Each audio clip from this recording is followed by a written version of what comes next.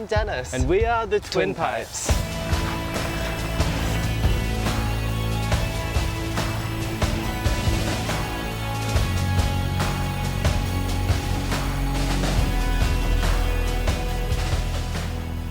Hello and welcome to the Davis and Dennis show. No, that's not right. Wrong channel, Davis. Okay, we are reviewing our own car. 2013 Mini Paceman. Yes. And what happens when you remove the E?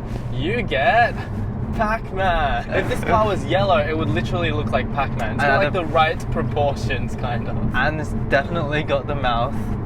Anyway, so this is the two-door version of the Countryman. And I think there's just something intrinsically cool about a two-door hatch, or in this case, crossover.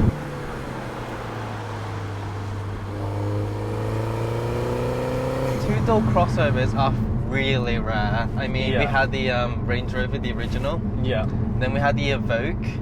Yes, which is a Range Rover as well. It looked amazing as a two-door. I just love two-door cars. Like, look at the two-door Evoque. It looked amazing. Yeah, and then compare it with the four-door. It's not the same. No.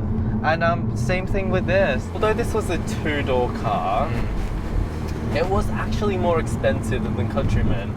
I know. It made no sense to consumers because normally with a mini hatchback, you have to pay more for more doors. So this car didn't sell well, did it? No. My favorite part of the car's looks is the strip of chrome going all around the car. It looks insanely good, I think. To be honest, I just love the rear three-quarter angle. How far the roof slopes down. It just looks insanely good. And I love these wheels. Good. We've got these haunches. These little so haunches. Class A, isn't it? I think that it reminds me of a Jaguar D-Type, which is 50s. I'm gonna send it.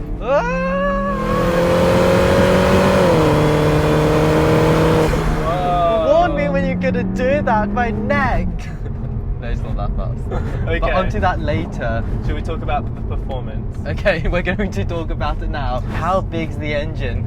Well, to Americans out there, you're probably used to 5 litre, 6 litre LS3 V8s. This isn't that. Not quite, although it's still pretty impressive. It's a 1.6. Anything more than a 1.4 is impressive if you ask me. It's a 1.6, which is about this much. It was co-developed with Peugeot, and although it did have some reliability issues at the beginning, by the time this came out, it was all sorted. Yeah, and we've honestly had no problems with it. According to our dad, who's a mechanic, it's hard to change the oil, but who cares? Since this is the Cooper S, not the JCW, just the Cooper S, it has 181 horsepower. Which is about this much. Which is about 130 something kilowatts. And we've got about 220 Newton meters of torque. Yes, but if I press the sport button, we get an extra 20 Newton meters of How does that boost. feel like? Red, 3, 2... Well, I'm going downhill, I'd rather not. Okay. This is a car where you really have to watch your speed with 180 horsepower. Okay, I'm gonna send it. Second gear.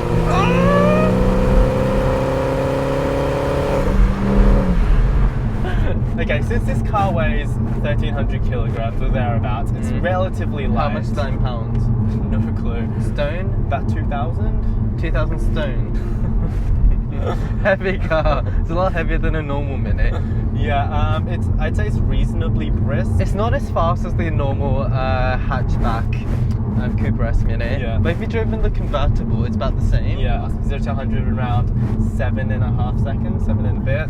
It's fast enough. Yeah, it's more than fast enough for the road, but it's not what you call fast. We've got this.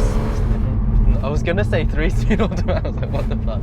We've got a 6-speed automatic, and it's pretty good. We've got the bad paddles apparently because they're both do the same thing. You push to go down, push to go down, and pull to go up. And just like a normal Porsche got crucified when they did that with the PDK. But guess what? I think it's a really good system. Because you can change paddles with any hand. Change gears.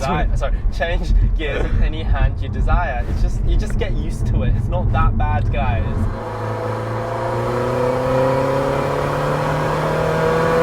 Okay, let's talk about handling.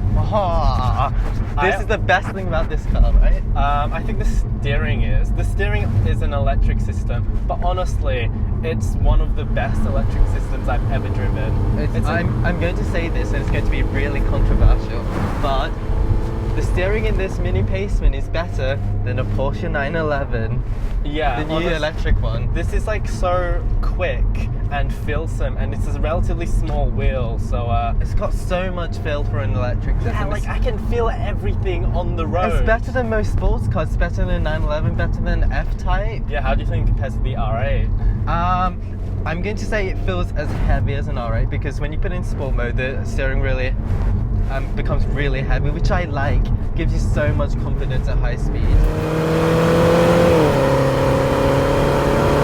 When you give it to someone else to drive, they're like, wow, the steering's so heavy. This must be a like sporty a proper sports car. Yeah, and it's in a crossover, so like it's sort of unexpected how well this car steers. And it's really fast steering.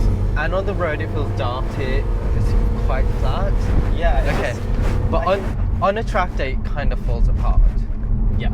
Like so much body This roll. was not built for the track. No. So keep it off the track is pretty good. Yeah, I'd say it's an 8/10 car. Although when we did take it on the track, it's pretty quite adjustable. Yeah. You get plenty of lift off oversteer. So when you're understeering, just lift off. Yeah, this is torque vectoring as well, like by braking. So when you're in a tight corner, you go on the throttle. Yeah. It brakes the inside wheel so it doesn't spin up. So you've got tons of grip going out. Okay.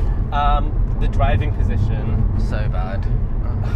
This is a typical SUV driving position. So minivan driving although position. like I'm a really short guy and I've got in the lower setting. I'm short too. You can't monopolize that. I still feel as though I'm perched on top of everything. But you can see the bulge. Yeah, on the love bonnet. the bulge of the bonnet. It's so beautiful. And sort of on the same... It reminds me of a Jaguar D-Type again. This is the modern Jaguar D-Type. Sort of on the same wave. Like, I think we should talk about the seats. For performance driving, yeah, these are too big and wide, I feel. My problem is, with a Mini, you expect the seats to be mini.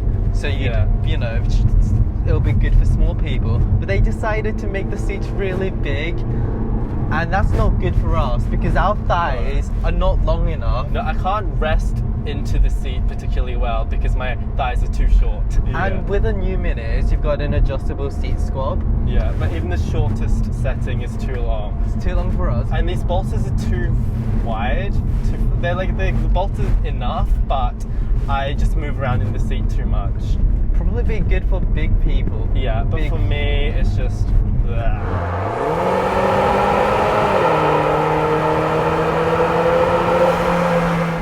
Sound. Well, this car isn't stock, is it? No, this has the JCW exhaust. This is a Cooper S with the JCW exhaust. To be honest, it didn't make that much of a difference. It's a teensy bit deeper.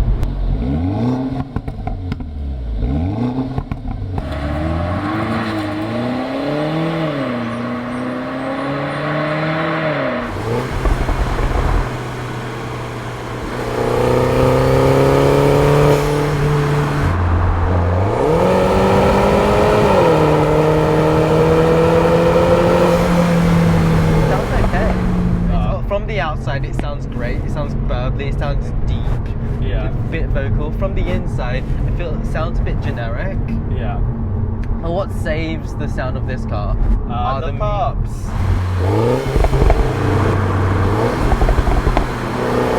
What isn't drowned out, however, is the road noise. There's just so much of it. Especially in Australia where we've got like these coarse chip roads. Yeah. Oh, listen to it. It sounds pretty good. Okay, now we have swapped drivers, and it's my turn. Send it. Oof. I mean, it's not that fast, but it's more than fast enough for the road. And honestly, Mini is just about having fun. Everything about this car is fun. And I think that's epitomized by the interior. Which is insane. Okay, so first impressions, the massive round dashboard. Everyone notices it. It's like Mickey Mouse literally without a face. Disney should sue. What's not so cool, however, is the color. It's just so drab. So much black. I'm really glad we've got a bit of silver, otherwise it will be so boring. And the piano black, I don't mind it at all. It just lifts the interior a tiny bit. And the alternative to piano black in this car at least is boring silver plastic. And I really wish we had brown seats though. Yeah, the brown seats look amazing. At least we've got leather. Yeah. One cool thing about this interior though is the center rail, and so it's actual metal. It just feels so solid, and you can fit whatever accessories you want. Honestly, so strong, and it feels really posh. But it's not very practical because although you can have all these things like a phone holder or sunglasses holder or a cup holder, you can't have them all at once. No, there's just not enough space for that. It's one or the other. So yeah, what we've chosen are cup holders, yeah. Well, I've got sunglasses over here and cup holders in the back. But if you have lots of stuff on it, you have to sacrifice the lights because the center rail lights up in neon colors, and if you cover it, you can't see the neon. Yeah, let's talk anymore. about the lights. I think this is one of the first cars with proper ambient lighting. Yeah. So you can change what color you want with the toggles up here. And I just think it just adds a bit of, character and ambience when you're driving at night. It feels like I'm driving a nightclub, except not really. So what do you think of interior quality? It's okay. It's a pretty mixed bag. I would say it feels like a step down from BMW. But a step up from Toyota Corolla. Yaris, yeah. I'd say slightly better than a Volkswagen Golf. So you've got nice soft plastics on the dash, on the they get doors. hard the further you go back, but but at the bottom it's just cheap, scratchy plastics. And the dashboard doesn't really fit together properly. No, it's Tesla build quality. But there are some cool design details, like the handbrake. It's a proper manual handbrake, and it's styled to look, I'm not joking here, like a flight ejector seat handle. Takes me back to when I was a fighter pilot. I mean, the Jaguar CX-75 concept, the big supercar, hypercar thing, it also had this, so this is one that made production, so wow. I really like the air vents. They're round, a bit like a Jaguar XJ. So cool, but the quality is just not there. No, to be honest, they feel plastic. In the Jaguar XJ, they're not that good either, the quality, but this is a step down from there, definitely. Oh, the infotainment is pretty good, especially if you've got one of these, an iPod Classic. Yeah, it's with an iPod Classic, you can scroll through all your music. You can have your cover artwork. It's so good. But with but it's 2019 now. iPhone. But if you've got an iPod Touch. If you connect it through Bluetooth, it works as you expect, it's fine. The interface, although it's old and doesn't have the cool transitions of the newer Minis, it's just snappy and easy to use. It's honestly great.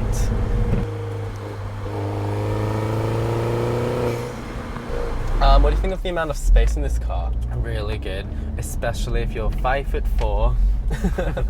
Yeah, like our entire family. If you are familiar with a normal Mini, I just want to say, if you're familiar with normal car reviewers, we're not them, because Doug DeMiro, he's like 6'5" or something, ridiculous. Jeremy Clarkson, he's a monster. Even Richard Hammond, is really 5'11" tall. or something. That's so tall compared to us. Yeah. So we find this car so big and luxurious.